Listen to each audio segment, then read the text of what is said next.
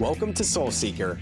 I'm Sam Kabert, and I'll be your guide on this journey. I started the show back in 2019, chasing answers like many of us do. But what I've come to understand is this: it's not the seeking that fulfills us. It's what we find in the quiet stillness beneath the search. When we stop chasing and learn to be with what is, we access a deeper wisdom. One that leads not to more doing, but to ease, grace, joy, and true fulfillment. My mission with this podcast is to help high performers just like yourself to regulate your nervous system, reprogram subconscious patterns, and embody emotional freedom so you can lead with clarity, resilience, and alignment. Welcome to Soul Seeker. Let's grow. What is up, and welcome back to another episode of the Soul Seeker podcast. I am your host, Sam Kabert, as always. And in this episode, we're sitting down again with my good friend, Bill O'Haron. Bill is an amazing man. He's 60 years old. And in this one, he's talking a little bit about astrology. He goes deep on numerology and how in 3 years he'll be in a new epoch cycle of his life once he reaches 63 years old, and what that means in terms of becoming an elder, and how human evolution, like people used to live to 200 years old. And it's some fascinating stuff. We talk about brain science a lot. We talk about a lot of different things, and just the unfolding of an awakening. You know, I look at Bill as a mentor, even though he and I are new friends and I only met him several months ago. We've really hit off and dropped in a lot. It's so much so that I asked him to be on the board of my nonprofit, Soul Life Balance. So I think very highly of Bill. I am in awe of his spiritual journey, being on the path for 30 plus years, and a meditation teacher and breathwork teacher himself, even subs for my breath club. So I'm stoked for you guys to hear this conversation. I feel like in this episode, I really took a back seat and was just holding space for what Bill wanted to share from his heart. Towards the end, we talk about suicide, because both Bill and I just recently lost a dear brother, a close brother of his, and a close friend of mine as well, to suicide around the same time. So if you have lost someone to suicide, or you know someone who has, or even have suicidal ideations, I think towards the end, that's really going to leave a positive impact for you. So thank you again for checking out this episode of the Soul Seeker podcast. As always, I'm going to just ask real quick that if you are getting anything out of these episodes at all, the easiest way to give back to the show is to just leave the show a 5-star rating or review. So if you can take a minute and leave a 5-star review on Apple or Spotify podcasts, I would be so grateful for that. And other than that, if you want to go deeper with me, the best way to do so is through my free breath club. So with that, enjoy this episode with Bill O'Haron. What up, and welcome back to another episode of the Soul Seeker podcast. I got my homie Bill O'Haron back on the pod for a third time. This is probably a record in almost 300 episodes now. Bill is probably the first person to come to the show 3 times, and this many. Like I've 5-6 type people come on the pod, but in this short amount of time. Anyways, before we dive into everything, Bill, as we always do, we'll ground with some breath. So for all of you out there in listening land, now is a good time to close down your eyes if you are in a space where you can. And Bill, for you and me, we'll go ahead and close down our eyes, sitting straight up, and through the nose, inhaling all the way up, sipping in a bit more air at the top. And a sigh, let it go. 2 more, inhaling up now, all the way up. And sipping in a bit more air at the top. And a big sigh, let it go, let it go. One last one, really expanding from the front and the back, and inhaling all the way up. Sipping in a bit more air at the top. And sighing it out. Letting the breath return to its natural state and rhythm, flickering the eyes back open. And here we are. Bill, welcome back to the Soul Seeker Pod. So stoked to have you here, brother. Thank you. So good to see you. And we were had a great conversation last week, and I think that's the inspiration for our conversation today. So I'm looking forward to it. Absolutely. That's it. You mentioned a lot of things. And as always, when you speak, I listen. So, and I'm like, I'm not the only one that wants to hear this. I know other people do as well. So, stage is yours, and we'll see where this takes us. Sound good? Excellent. Yeah, fantastic. There is a natural split in how the human body works. We have the left brain, right brain, and that's representation of a much bigger divide. And that is from our shoulders down, our limbic system, our heart connected to our solar plexus, connected to our belly. So our heart has 40 brain neurons, but here's the difference between what's happening here and what's happening here. This works more on biomagnetic energy. So biomagnetic energy is this current. It's almost more like water, whereas the neurons are connected in the brain using more electrical currents. So let's get to the punchline. They're saying now Alzheimer's, all the research that Heart Math has been doing, what research in the university has been doing for the last 15, 20 years, they say Alzheimer's is actually the biomagnetic energy of the heart, which sends 5,000 more biomagnetic quantum data packages to the brain than the brain sends to the heart. In other words, there's 5,000 times more biomagnetic energy streaming up to the brain. So now they're thinking, oh my gosh, Alzheimer's is part of this frying of the brain, like literally being fried from these waves of biomagnetic energy.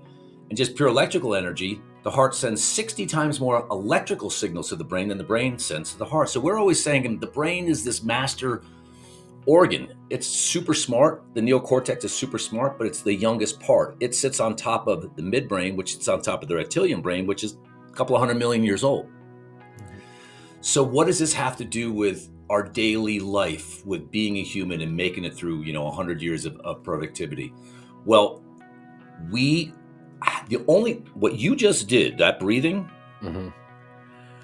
the word spirituality comes from spiritus, means breath. So what we have to do is we have to slow down the electrical currents in our brain. We need to get to alpha. We're in beta now. We go to alpha. And when in alpha, then we can receive the biomagnetic energy, which is holding the memories of me from 4th grade and me in 7th grade and from my dad's memories and my grandparents' memories and all those memories, that current, that biomagnetic current that I inherited from legacy of 1,000 years ago of my relatives. I got here somehow through conception.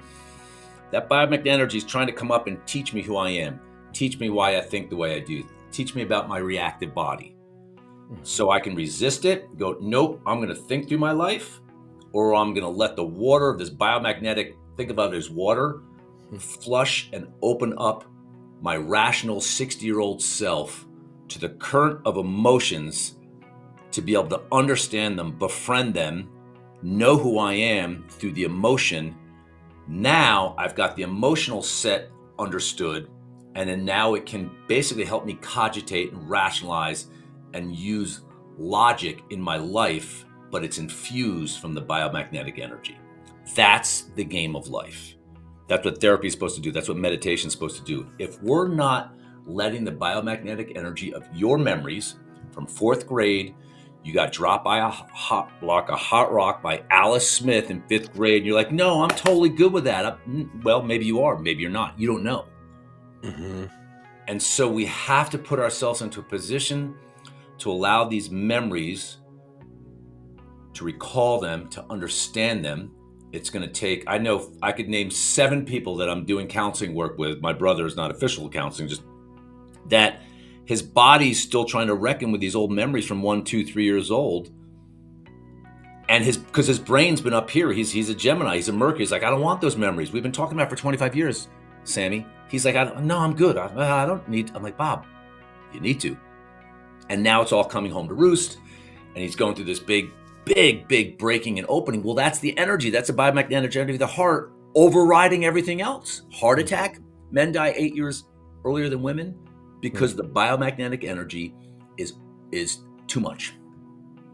And the biomagnetic energy can't live alone. It needs the rational brain. It needs the neurons. It needs my cogitating, logical self to understand these things. If we just let the emotions go and they just course through us, but we don't understand them, that's not the puzzle. The puzzle has to be done combining those two sides.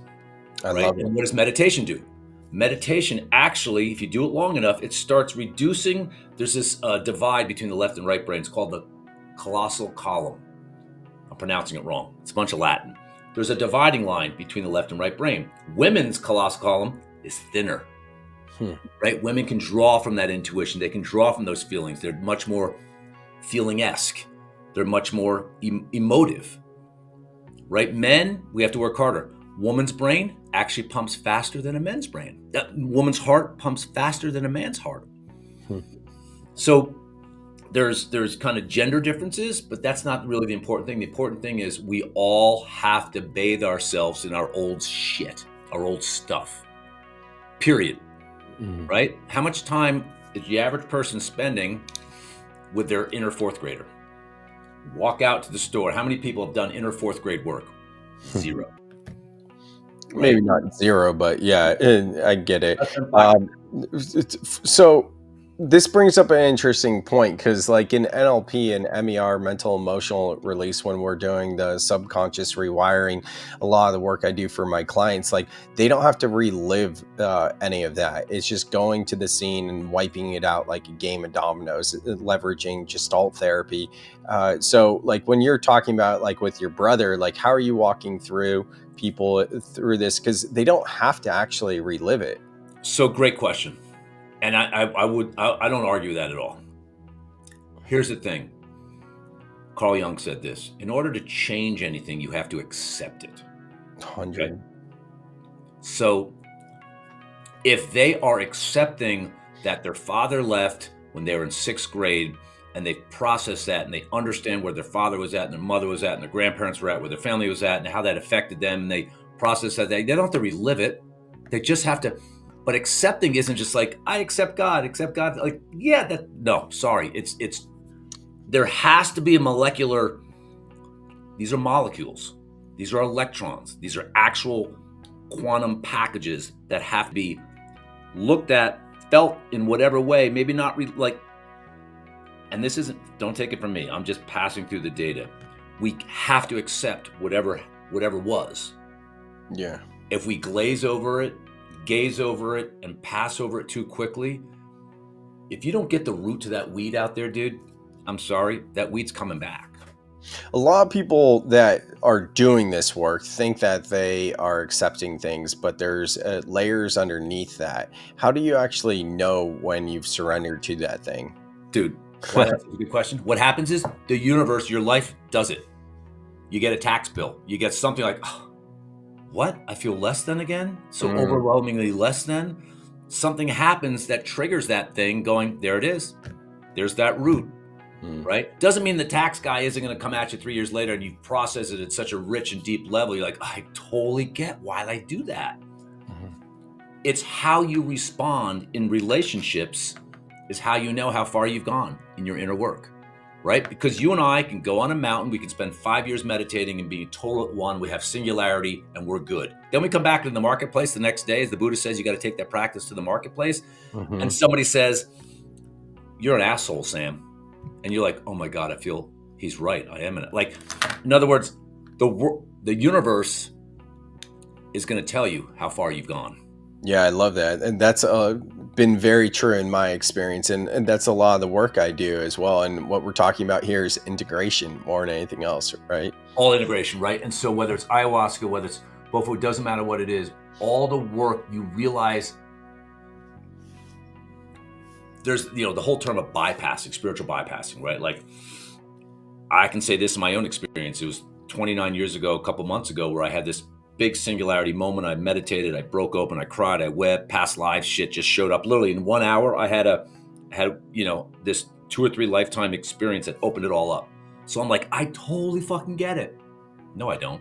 I thought I got it. Yeah. And then I had my spiritual chip on my shoulder, like, oh, I meditate every day and I totally get it. And I can see how this works. And I could see the dynamics of my family and how this operated this way and how I got to this place. Well, I got married, had kids, and there I was stuck in the suburban life of like, oh no, I'm as dumb and as unprocessed. I'd done more work by 15 years in, but I was still like, oh my God, I got so much more work to do. For So sure. how did I know? Because the world kept reminding me, you're insecure, Bill. You act like a kid. You have a chip on your shoulder. You're jealous of other people's success. I think the true sign of a real deep oneness with oneself is really celebrating every single person's success and not Okay. wishing failure on anybody. Don't wish failure on Putin. Don't wish failure on Trump. Those guys are going, it's terrible. I'm not support any of that. I don't like war, Well, it's just bringing up more inner turmoil in someone's own biological energetic field, So, and here's the yeah. thing. That's what coming back to the divide. As mammals, we are competitive, right? That oak tree is not really competing with that oak tree, but it's kind of competing with that oak tree, but they'll find a way to synergistically get along and get alike together. I think Homo sapiens, we are always going to be biologically competing with each other. Mm-hmm. So how do I manage competitiveness with integration of who I am in this life and to be good with it all, yet still have that seething competitiveness to drive me forward happily, integratively, in harmony? I don't know. But it always comes back to our heart, and it always comes back to I've got to know where I'm at today. How do I feel today? Mm-hmm. The feeling body is your measurement of how far you've come with your integration of your life. 100%. I mean, what helps for me is my message of soul life balance, which recently I've thought about more of a soul life mindset, which is just a connection to the grounded external world as well as our internal world, which makes up our mental, emotional state, in addition to our connection to something greater than this human experience, religion, spirituality, whatever it is. And I mean, it took me years to embody that. I had the message of this come through in an ayahuasca ceremony back in 2019. And I don't think I really got it till like 21, maybe 22. And then in the past 3 years since 2022, I'm still learning. I'm always learning, right? But now, like, I'm starting to get it a little bit more. Just how I said, it's a mindset Yeah. more than soul life balance. It's like looking everything from both discernment, analytical logic, frontal lobe, in Yep. addition to the limbic brain, and intuition, and how does it feel in my body, right? So one thing that's been challenging for me when we're talking about competitiveness, like going from someone who was named to Silicon Valley's 40 under 40 list, built a 7-figure business while working less than 4 hours a day. Once I went down the spiritual path, I went the complete opposite side, Yeah. and Yeah. I wrote a book called The Written Goal. And then once I got into spirituality, I was like, I am so sick of trying and doing and goal setting and all the things. And like, I just am starting now, like 6 years later, to find a good relationship to goal setting and like doing the work and the competitive nature. And it's only because I've done so much work on the spiritual, mindful side. And now I'm honoring both and coming into a good flow with them both. Yeah. Well, your example right there of like you did this, it worked, made sense, the world rewarded you for it. But remember, this is a big cycle. We're constantly cycling through, right? So now you're about to hit the 7-year cycle of that. What did you learn from that? What you garner from that? You're a different person. I think every year your cells are completely different, but every 7 years you're literally a different human, like completely different person. The core fundamental karmic stuff is similar, is the same, but you're evolving. And that is another example of the biomagnetics that flow, where the neurons of the brain, man, they're looking for a pattern and they're looking to stay the same. So here's another thing about what's happening inside your brain to stop us from growing. There's this thing called the reticular activating system in the middle of the brain. What it does is it takes the biomagnetic energy coming up. Bill in 4th grade, Bill in 9th grade, I had to give a speech one time and I totally gagged it. My dad's like, "Are you okay?" Like totally kind of dissing me, which made me feel less than, but it was a powerful activating force to make me focus on speaking in public, blah, blah, blah. So you got this biomagnetic energy coming up that wants to be processed, and it goes into this traffic cop called the reticular activating system in the middle of our brain. And this is where this information then gets spread to our adult brain. So Bill feeling less than then, what did you learn? What did you garner from it? What were the lessons? All that kind of stuff, right? Bathing the neocortex, the rational youngest part, with this old information so they can integrate it. Well, the left brain, the neocortex, doesn't want feelings. Your left brain doesn't know what love is. It knows it as a concept. Love is here. Neocortex, it's a thing that needs to be processed, and it looks for patterns. My point is, your neocortex is not designed to feel. In fact, it doesn't want to feel. It doesn't want your old emotions from 9th grade, Sammy. We have to force it. We have to think about that. We have to force it onto the most important organ of our body that doesn't want it. And so, listen, it's super easy. If you and I don't do any more spirituality, we could just live the construct of this 3D plane. We have it light. We make our living during the day. We watch TV at night, blah, blah, blah. And we could just carry on for the next 60 years. That's the unprocessed, unfulfilled. For me, it's the unfulfilled life, because this thing has desires. What's depression? Depression is the gap between the desire biomagnetic world and the belief electronic neocortex world. We have a set of beliefs, right? So you had a set of beliefs 6 years ago, goals, bam, it works. Those are beliefs that was hard and fast, and that's the way it's done. Now time, the biomagnetic energy of time, came up and flooded that with new information, new desires, new longings that weren't there. And so good, you close the gap between desire and belief. Poop. Now it's hurt you financially, whatever that looks like, doesn't matter. That's just a natural process. We have to constantly bathe ourselves with our biomagnetic desires, and they're going to run into the brick wall of our beliefs. That's the pain of life. That's what my brother ran into. I got it. I figured this out. I'm in my mid-50s. I got 3 great kids. I'm good. I'm fine. The heart's going, I'm dying. I'm fucking dying. Big depression. Now they're bringing it together. That's unity. That's harmony. And this stuff, I know you're really big into both numerology and astrology and things like that. So this stuff comes around too. So I think making this relatable for the listeners, just not knowing who exactly is listening and what age they are, can you give us kind of like a broad stroke of where astrology and numerology plays into it? Sure. So a couple things. There's a couple big epochs in the human development, right? So Can you explain epoch as well? Chapters. Yeah. They're fundamental chapters in human development. But how long do they last? Is it 2,000 7 years? Wait, how long? 7-year chapters. That's it? I thought, what's the one that's like 2,000 years? So if you're talking about, if you're talking about planet Earth, it's 2,100 years. Yeah. So if we talk, let's go big astrology. Good. Let's start. Okay. You want to start bigger?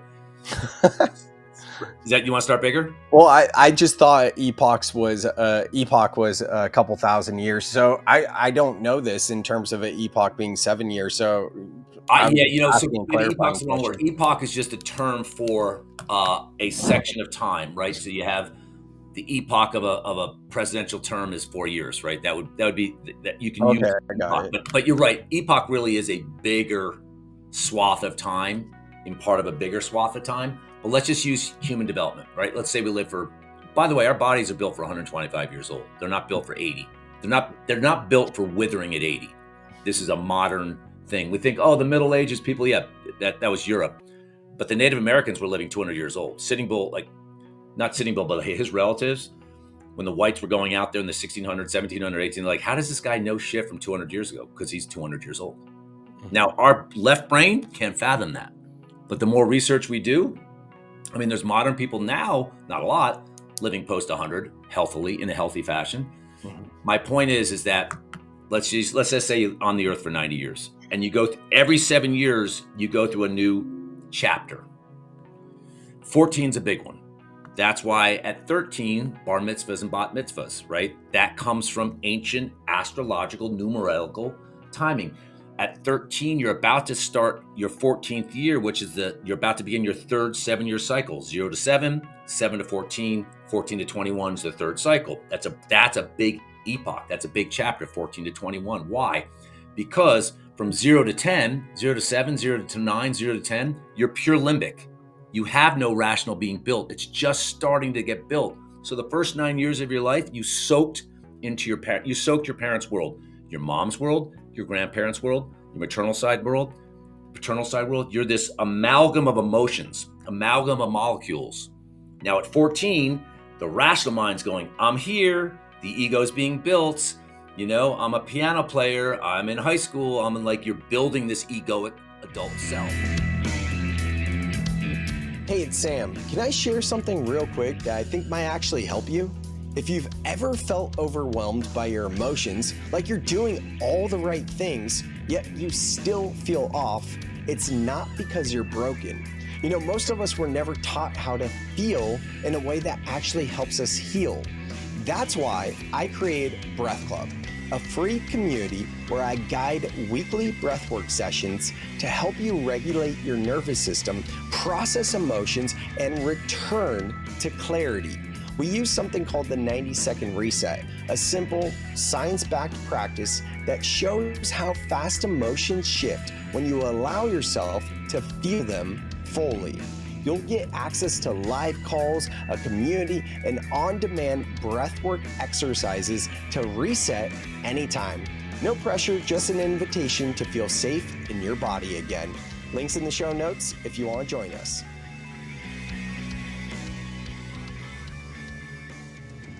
Now what happens? We're in our 20s. Now we get to 28, 29 and a half. Saturn. Now we're at Saturn return. You've heard of that? The Saturn return? Big one. Why? What happens? Left brain, right brain start to merge. It's big developmental. It's the first crisis of any human being's life. Because now you have these old emotions, biomagnetic, that have been sitting in here from 0 to 9, 0 to 10, 0 to 11. They've been sitting in here. Neocortex, left brain start getting built at 14 to 25. Now you're this person, your ego is person, 26, 27, you built this little career, you're about to get married, whatever you're gonna do. And suddenly your right brain's like, nope, I'm gonna come up and merge with your left brain. It's called myeliniation. So this is the big Saturn turn, 30, 31, 32. Think about it. When you're 29, 30, 31, you're having these bigger thoughts. Like, why am I thinking this? Where's this coming from? I'm thinking like my dad, all this big stuff. So that's super important. Let's go back to the sevens though. So now from 35 to 42, 5 times 7 is 35, big era in a human being's life. 35 to 42 is this time where you're still you're an old adolescent, you're a young adult. You think at 39, 40, 41, you're an adult. Yeah, you are, but developmentally, you're still millenniating. Wait, how is that the case? Because I know a lot of people consider like when your brain is fully developed in your early 20s is when you're an adult. Mid-40s. Oh, and why exactly is that? The millenniation, because the millenniation begins at 29, 30, 31. What does millenniation mean? Left and right brain merging. Got it. Okay. Myeliniation. Yup. So that doesn't happen until 28, 29. So at 30, you're an adolescent. You're at the late adolescence. Okay. You could have $100 million in your bank account. You're still late adolescent developmentally. This is a scientific fact. So now you're in your 30s, mid 30s, getting into between 30 and 42, your brain is still being developed. Not the size of your brain. By the time you're 4 years old, the size of your brain's built. It's what's happening inside. So these 7-year cycles are really, really important. And within each 7-year cycle, 35 to 42 is a big time frame because you're now beginning to build a foundation of your adult world. Your psycho-development and your psycho-spiritual adult world is happening at 35 to 42. So I've got counseling clients in their mid-30s that are getting divorced. Like they're having adult experiences because they're just beginning adulthood. They think they're adults at 32, but they're late adolescents. 42 to 49, that's when you're really solidifying, this is who I am in the world. Now 49, 7 times 7, 49, huge, huge. From 49 forward is basically, I've kind of had these experiences, built a career, family, whatever it might be. Now I'm turning to the world out here and I'm going to be a translator of my experiences out into the community. 49 to 56, kind of doing that. 56 to 63. By the time you get to 63, I'm 3 years away. Really what that is in the native cultures, that's where you started becoming an elder, Right now, again, they were living to $150, $170, $190, right? They were living longer, right? So it was still early, like mid-adulthood was 63. We think by the time you're retiring, you're dead. That's such an old point of Yeah. view. And I think 25 years from now, Sammy, human beings are going to be living till, on average, 100. Yeah. So anyway, so those sevens are really important. We can dive deeper at another time into the specifics within those sevens, but look at the big sevens, 35, 42, 49. And I don't know if you got any listeners that are 56, but like, for the generation, the 28 to 35, right? So 28, 29, when your brain starts millenniating. But really one of the big messages is don't think who you are has been built at 35, 36. It's really malleable. The biomagnetics are still really malleable into your 40s. So there's still a lot of good psychodevelopmental, psychospiritual work, biomagnetic work that needs to be done through this kind of work. Talk therapy, meditation, yoga, alternative medicines. You just got to process and get into who you are and understand what you couldn't understand from 0 to 10, because there was no rational mind to understand why, your grandfather left or why somebody died, right? Like, oh, I feel so bad, but you couldn't process it using an adult lens, Right. like you can at 37 and 38. Awesome. That's a great rundown. Now, one of the things that you mentioned earlier was two rivers coming together. What was that about? That's the heart and the brain. Oh, got it. Okay. Yep, that's the biomagnetic and the electrical currents. Those are, and so much of the esoterics, the ancient cultures, the ancient spirituality taught rivers. The metaphor of river, the metaphor of water, is in everything, right? So when you really start to meditate deeply, you can actually hear your blood flow through your, like you can, your inner hearing can hear the, and that's the water, aka blood of your body. And water carries all the intelligence of the world. The intelligence of Mother Earth is stored certainly in the roots in the ground, but the water is what carries the information, and the water is our emotions, right? And they say that the dolphins and the whales have these crystals, and they're the ones storing the ancient information of Gaia. I believe right? it. And so we have to tap into, and our pineal gland, right? So when we meditate, got the Indians have the red dot on their head. That is basically them being able to focus on their midbrow, which lights up the pineal gland. The pineal gland's this teeny little gland that's got crystals in them. Same crystals that the whales and the dolphins have. And these crystals carry all the information. So you relax, you get the biomagnetic energy to flow, and now your electrical energy of your adult self is communicating with the current of your heart self, your biomagnetic self. It's lighting up the crystals in your pineal gland. Suddenly your pineal gland's now understanding how the world works, how the universe works, how extraterrestrials helped infuse Homo sapiens. You're like, holy shit, this is a big puzzle. This is a big ass puzzle, and I'm a little piece of this big ass puzzle. And that's when you can have communication with kind of things that you can't see and feel, whether it's God or Allah, and suddenly you're tapping in and you feel good and you feel whole, you feel like you're in harmony. And then you bring that, the ancient ankhs, there was the cross, but the ankhs is circular, which means you bring the energy up out into the universe, and then you bring it back down and go boom, boom, lock it in. What did I learn? Who am I? And as you get to 63, you then integrate this information and teach it. That's the goal of life. Be creative, understand yourself, two rivers combining, teach the information, support Mother Earth, be part of the process, be part of the creative growth of her.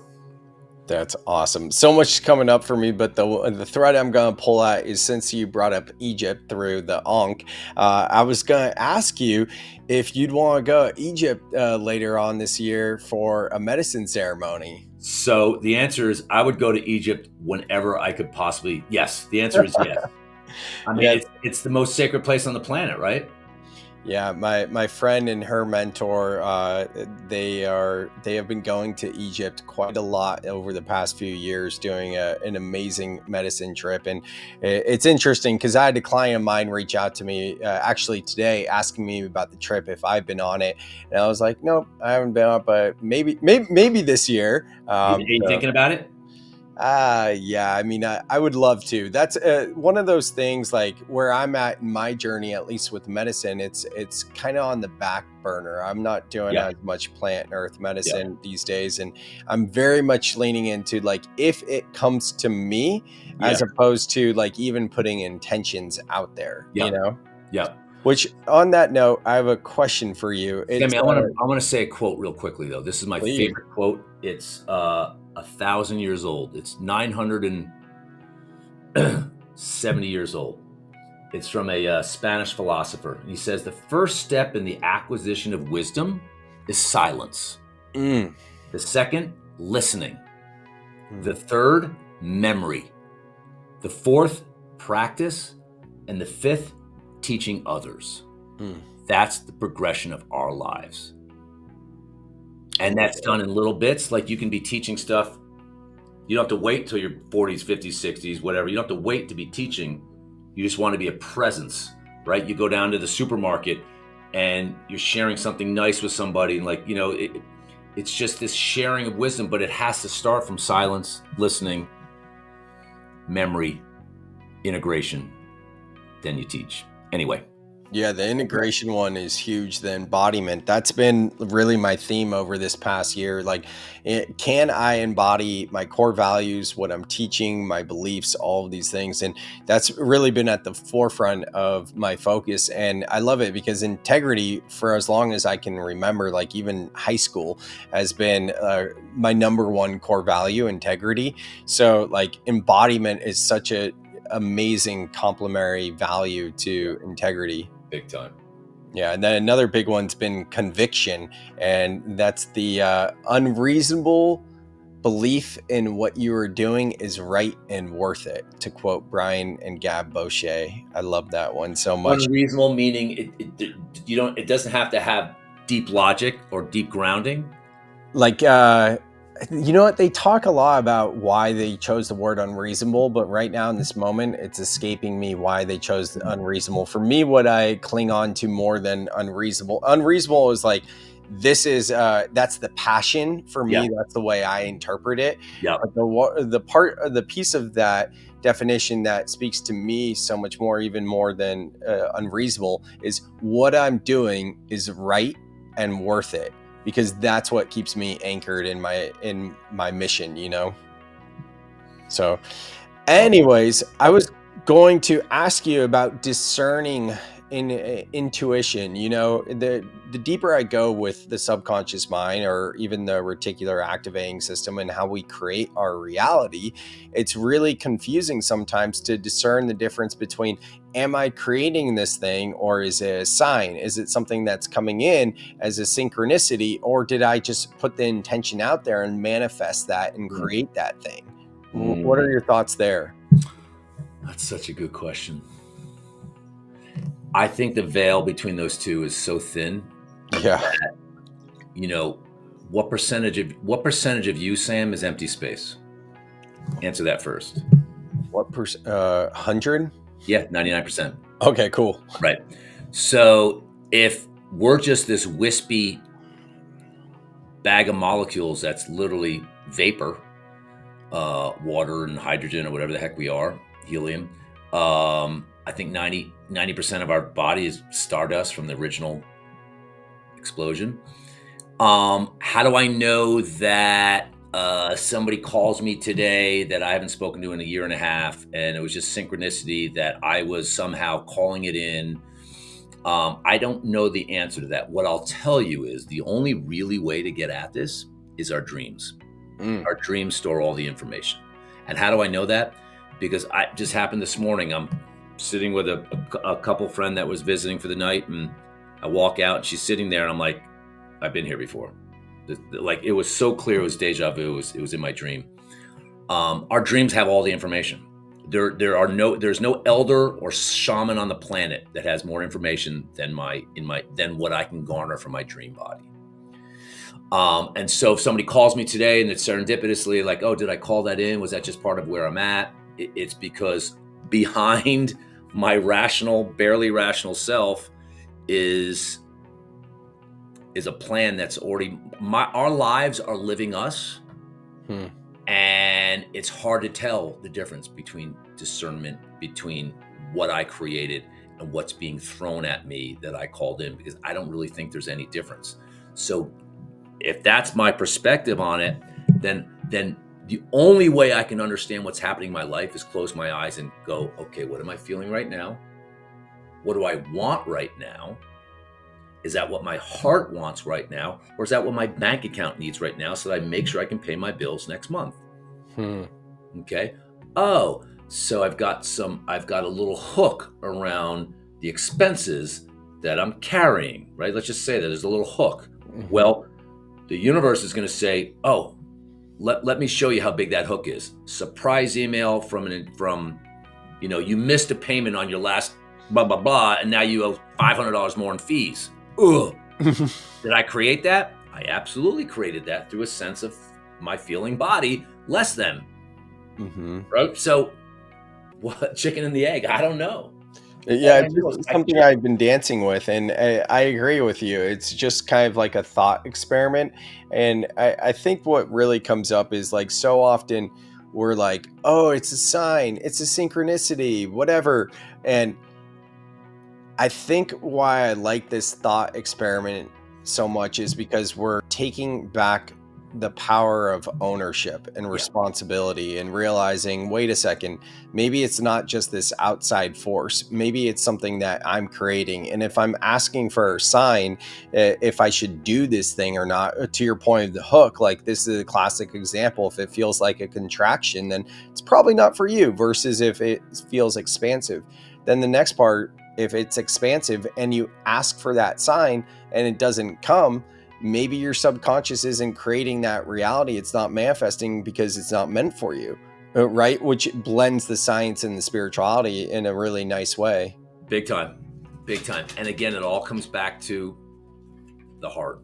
It all comes back to the intelligence of this thing that, again, Sammy, think how much time you and I, and we're pretty aggressive in trying to be aware of our lives and all that kind of stuff. But how much time are we actually slowing down and just listening to our heart? Yeah, it's true. Like going inside my heart right now and being within the sinews and being within the blood and it pumping and actually being inside there and really going, hey, heart, is this the right thing? Should I be doing this right now? Is this okay? And then we wait, 13 seconds. I don't hear anything. I'm like, okay, no information today, right? Like we just give up on it. Yeah. I went to yoga yesterday, and I used to go yoga like 5 times a week, if not every day, sometimes twice a day. And in the past couple of years, I've slowed off and I stopped teaching yoga as well. But I went yesterday, first time in weeks. And to your point, I was like, oh man, I missed this. Just like all receiving of so much information, call it downloads, whatever. And then that evening I went and did my cold plunge steam room, which I haven't done in a couple of weeks either. And then it was just like, wow, overloaded with so much goodness, because we kind of get stuck in our routines. And yes, I do breath work every morning, but it's also different. The way I'm utilizing breath work, at least in the mornings right now where I'm at in my life, is more for like endurance, stamina, and that type of thing versus it's more mechanical. Yeah. So I have one more topic I would love to introduce, but before I do, is there anything else that's on your mind? Any open loops? Pause. You're holding your breath again, aren't you? Most high performers don't need more doing. They need a nervous system reset. I'm Sam Kaber, and I'm a keynote speaker and nervous system coach, helping people just like yourself to reset from burnout and return to clarity. I've worked with organizations and audiences ready to move beyond burnout and into embodying clarity. My keynotes blend storytelling, subconscious reprogramming, and live breathwork experiences that get people out of their heads and back into their lives. If you're planning a conference, retreat, or leadership event and want something that doesn't just inspire, but actually transforms, head to the link in the show notes. Let's make your next event unforgettable.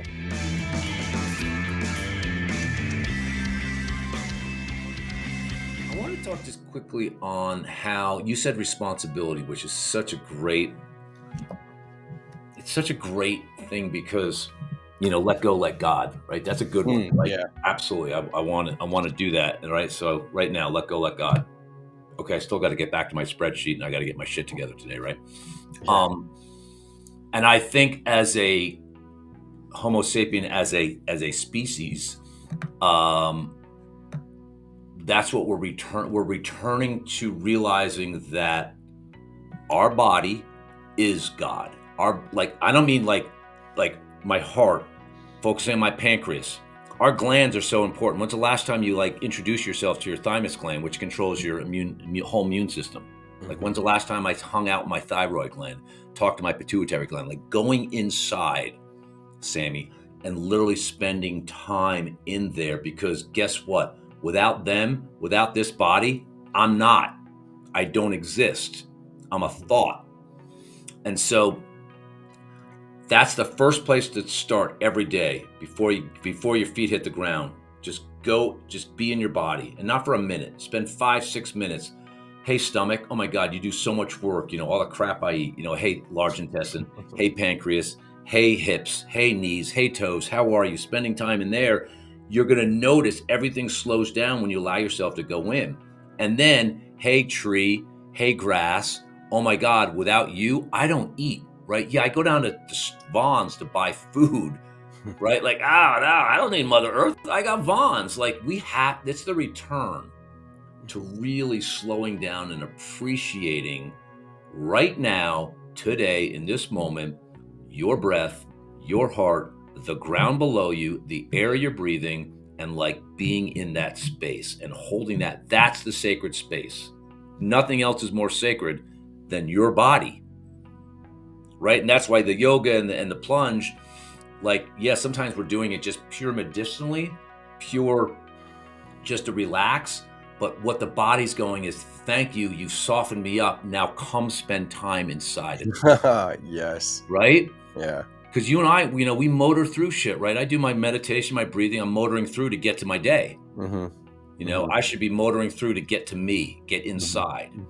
And then it's really hard to go out and hurt somebody else once you really appreciate your fucking pancreas and your fucking liver and your kidney, and how precious that kidney is, right? I had a buddy that just found out he had his liver had to be removed, his cancer had to be removed. He was like, they told me, he's like, without this, if he hadn't come in, you were going to fucking die. He's like 58. He's like, oh my God, we have to get to these near-death experiences on our own without the risk. And we do that through meditation. We do that through ayahuasca. We have to be breaking ourselves down to get to this.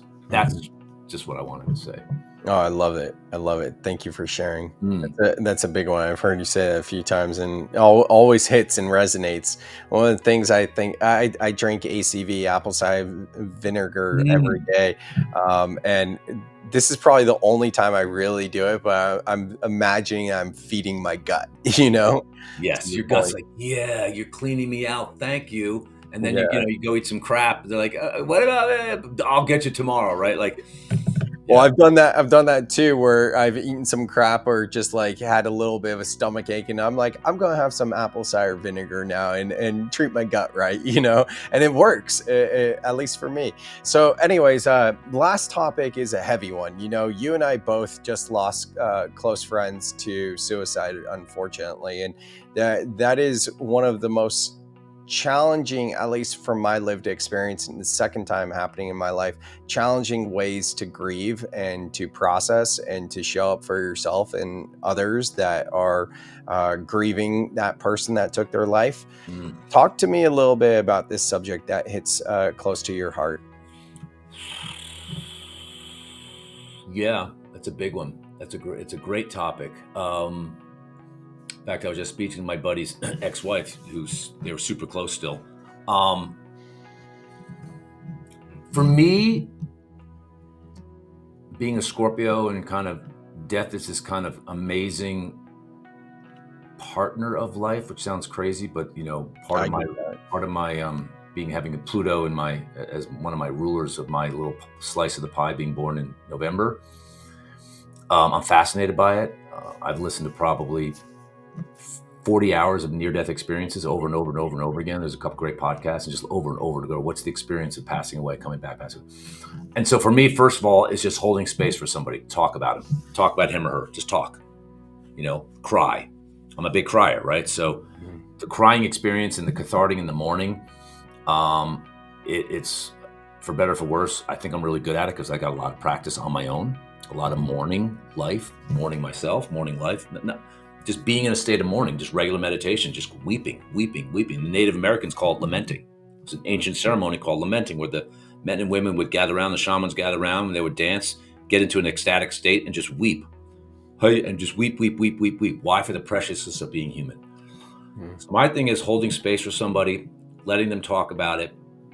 And then when they're ready, and I've had these conversations with my friends who passed, his two daughters and his wife, just talking about like, what did his life mean? Like if he was here, I just had this conversation 2 days ago. I'm like, if he was here right now, what would he say? What does he want for you?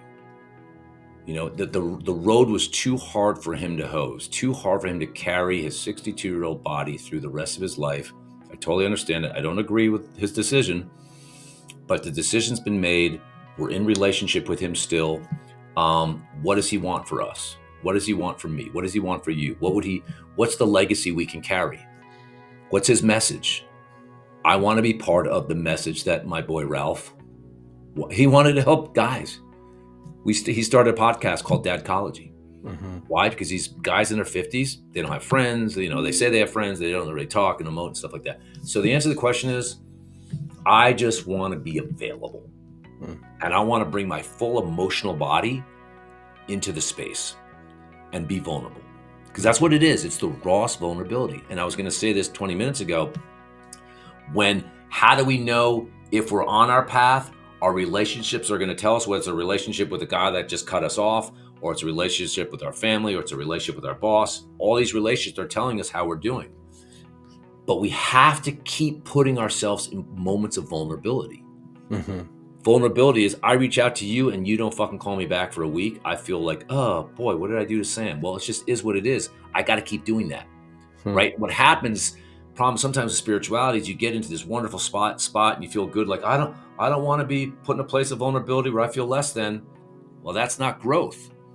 Spirituality is build up the molecular wherewithal, the muscular spirituality, spiritual muscles to go out and challenge yourself to try to meet somebody else, try to put a podcast out, do that out there, be rejected. Like, that tree isn't going to stop reaching, right? Reaches into another tree, it's going to roll and roll back up, right? We have to keep reaching for the light. And vulnerability, I call vitamin V. We have to do it through vulnerability. So back to the morning is just holding that space. And then when they're ready, open it up going, what's next? What are we here to do? What would Ralph want us to do? What would your dad want you to do? And it's not shocking. It's awesome how the morning, the family members especially, they want to talk about it because it's integrating him. It's bringing him in, as opposed to, oh my God, the loss of him is so intense, I can't think about him. There might be a long time, that might be years and years, but once they're ready to emerge and merge his desires, his biomagnetic desires, then it's game on. I love that. Thank you for sharing. Yeah, I can tell it's bringing up a lot. It's powerful. It is, yeah. It makes me think too of like soul contracts and karma. And, I don't think, in my experience of the two people in my life that I've lost, that it's come from a place of desiring to be a martyr and remembered that way. But I think there's something from a soul level that's going on, because I know, And I'm seeing it now with the survivors of the person that I recently lost. How That long ago was that, Sammy?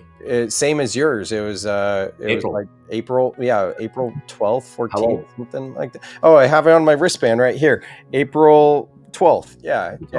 He How was old was how old Uncle was he? Sammy. He was 64. Wow. Yeah, Wow. amazing man. Shout out to him. Lights up a whole room. Charismatic, and just he had like 2,000 people come to the funeral. Yeah, amazing man. Yeah, so it was one of those things like being there at the funeral, the night Greek Orthodox, so the night before there at the funeral, and then the cemetery, just like looking at how many people are here and being like, if you only knew, like, and not that he didn't know, but like how loved you are. We did a walk for him over the weekend. Anyways, though, I am seeing like it opens people up. It's an awakening experience if the people that are grieving that person choose to see it that way. Mourning and loss is more powerful than love. Because I believe you can't taste ultimate joy without understanding ultimate loss. Because we are, every minute, every second, you're a breath away from not being here, right? So it's such a thin veil between the two. And so when somebody passes, it's really a part of us passed with them. A part of us has died with them. The part that we were connected to with that soul, and Ralph and I had relationship, and you had relationship, but a part of you left. Part of you died with it, or just went to another place with it. So suddenly it's a near-death experience for yourself, and it's one of the richest places of all growth happens in those kind of situations, I think. Yeah, absolutely. I totally agree. Well, Bill, this has been another inspiring and just relatable and heart-opening conversation. I appreciate how you show up in the world, our friendship, and for everyone listening, you sharing your wisdom. So we'll do this again, I'm sure. Bill, thank you so much. Thank you, Sammy. Appreciate it. Thank you so much for listening to this podcast to the very end. I hope you enjoyed this episode just as much as I did. I really enjoyed this conversation with my dude, Bill, here. And if you want to go deeper with Bill, you can check out the show notes. And as always, if you would like to connect with me more, the best way to do so is through my free Breath Club. And you can find the link to join in the show notes. I will see you on the next episode of the Soul Seeker podcast.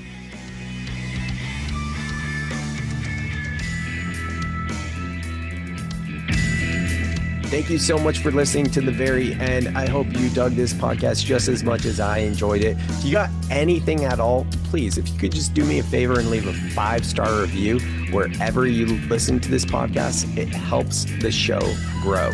So thank you for considering to leave a review. If you want to go deeper with Soltara or Elan, you can find the links to connect with them in the show notes. And if you want to work with me, the best way to work with me, the easiest way to work with me is the free way, and that's by joining the Breath Club. The link to the Breath Club is in the show notes.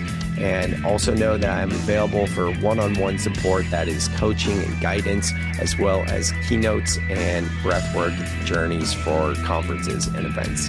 Thank you so much, and I will see you on the next episode of The Soul Seeker.